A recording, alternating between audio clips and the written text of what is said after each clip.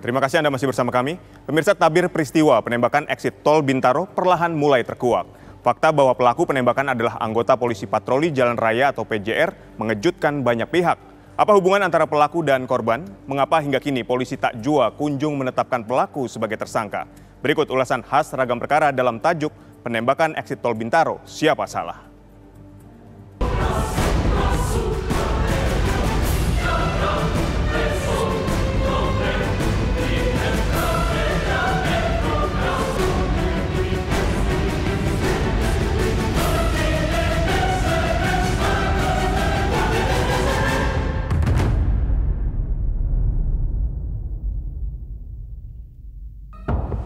Insiden penembakan di eksit tol Bintaro diduga melibatkan anggota Polantas PJR Ibda OS menuai tanda tanya.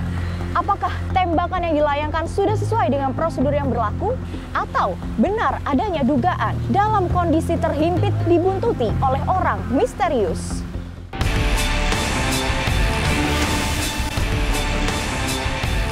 Misteri penembakan di tol lingkar luar Jakarta, tepatnya di pintu keluar Bintaro, Jakarta Selatan pada akhir November lalu, akhirnya terungkap. Mengejutkan, rupanya pelaku penembakan merupakan seorang oknum polisi aktif. Adalah Ibda Oki Septian, seorang polisi lalu lintas yang bertugas di Satuan Unit Patroli Jalan Raya di Telantas Polda Metro Jaya. Ibda Oki Septian menembak 2 orang di depan gedung PJR 4 di kawasan Pesanggerahan, Jakarta Selatan. 1 orang akhirnya meninggal dunia. Kejadian bermula ketika seorang warga bernama Oki Akbar mengaku diikuti 3 mobil tak dikenal saat keluar dari sebuah hotel di kawasan Sentul, Bogor. Oki pun akhirnya menghubungi Ibda Oki Septian dan diarahkan berhenti di depan pos PJR Induk Pondok Pinang.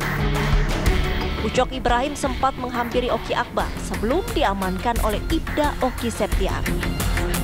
Tak lama Ucok pun dilepaskan oleh Ibda Oki Septian sambil memberikan tembakan peringatan. Saat hendak mengamankan mobil Daihatsu Ayla, mobil tersebut melaju ke arah Ibda Oki Septian dan hampir tertabrak.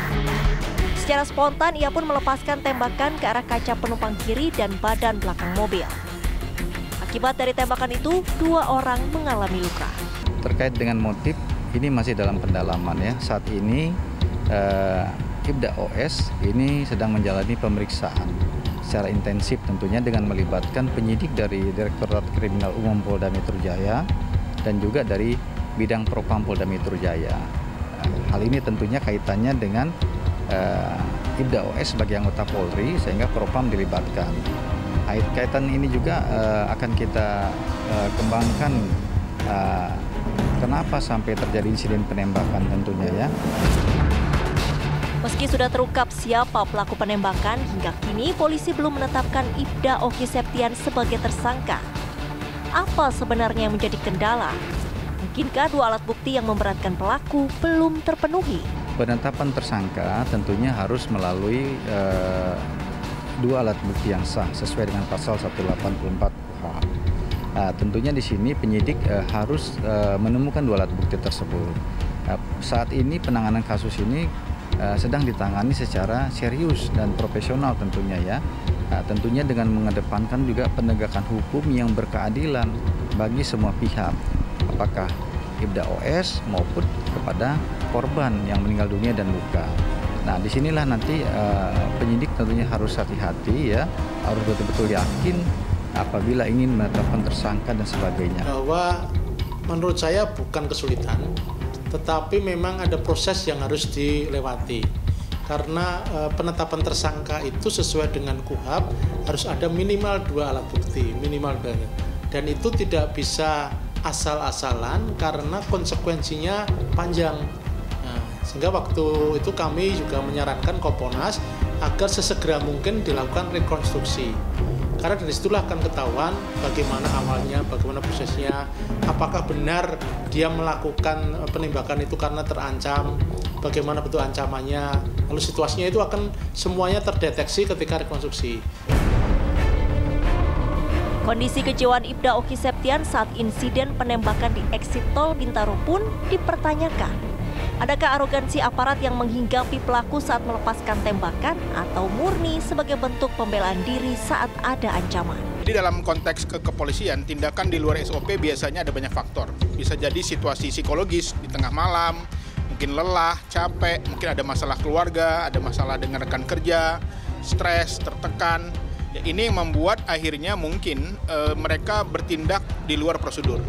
Untuk itu, Kabid Propam saya kira harus memeriksa ini secara forensik, apa kira-kira yang melandasi kenapa anggota ini bertindak di luar prosedur. Ibda OS ya pada saat kejadian ini kondisinya baik-baik saja, stabil ya, terkait dengan kepemilikan senjata tentunya yang dimaksud ya.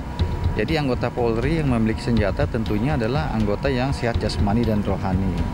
Ya, bahkan sebelum memiliki senjata ini ada proses untuk memilikinya melalui tes psikologi, kemudian melihat daripada karakter kejiwaan, tingkat emosi, dan sebagainya. Publik kini menanti siapa yang paling bertanggung jawab atas insiden penembakan di pintu keluar tol Bintaro. Apalagi peristiwa tersebut telah memakan korban jiwa dan korban luka.